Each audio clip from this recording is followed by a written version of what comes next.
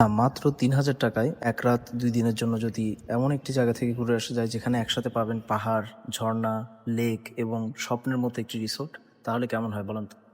চলেন তাহলে শুরু করি।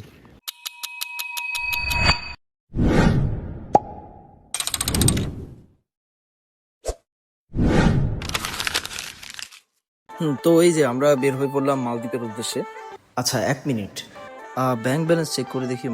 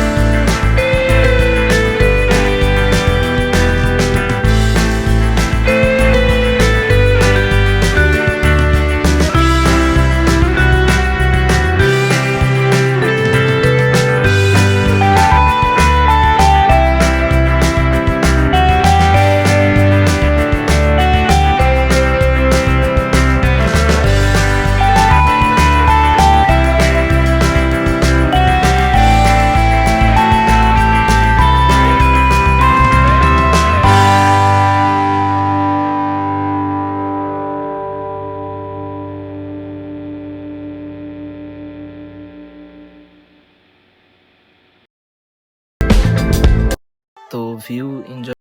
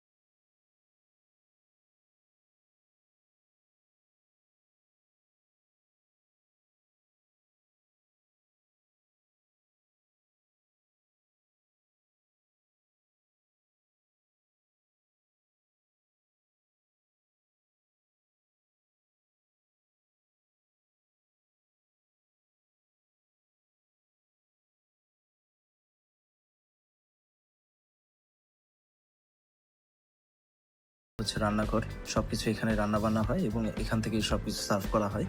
তো আমরাও এখানে লাঞ্চ করার প্রস্তুতি নেই। তো আমাদের লাঞ্চ রেডি। আমরা লাঞ্চ করতে করতে আসলে আশেপাশে এই ধরনের চমৎকার একটা ভিউ দেখতে দেখতে আমরা আসলে দুপুরের লাঞ্চটা শেষ করি। আশেপাশে দেখেন ভিউটা কত চমৎকার। খাওয়ার পরে ভাবলাম যে একটু রিল্যাক্স করি। রিসোর্ট জুড়ে এরকম ছোট ছোট অনেক তো দোলনার সাথে অনেকক্ষণ অত্যাচার করার পরে আমরা আর দেরি না করে কাপ্তাই লেকের মধ্যে নামার জন্য প্রস্তুতি নিচ্ছিলাম। এবং এরই মধ্যে আমাদের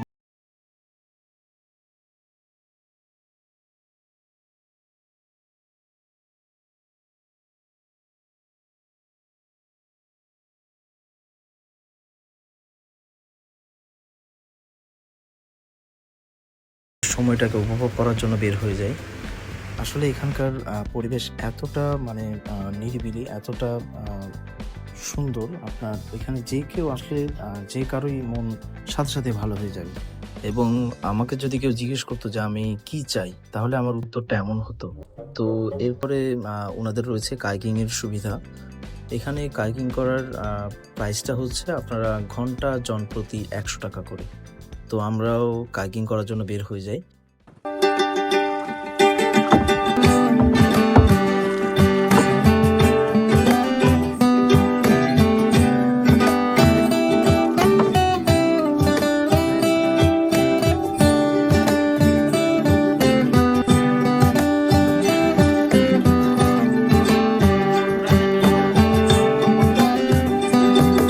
এবং এখানে বারবিকিউ করা হয়।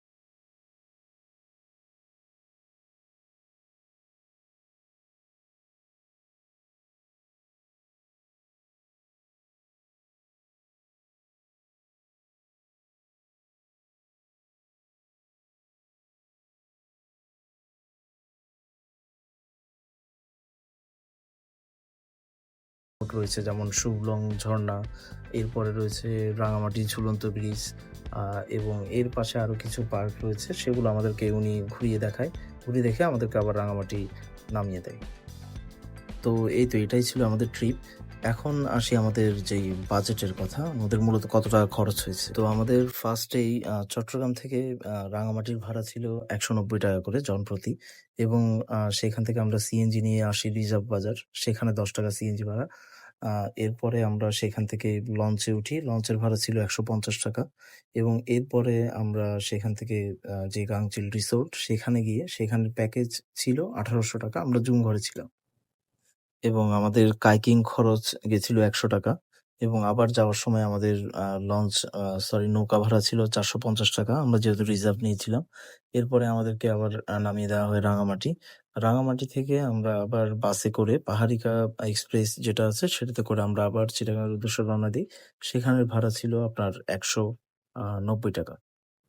তো এই পর্যন্ত আমাদের খরচ হয় টোটাল ৳২৮০০, এবং আমরা দুপুরে লাঞ্চ করি। লাঞ্চের বিল আসছিল জনপ্রতি ৳২০০ করে।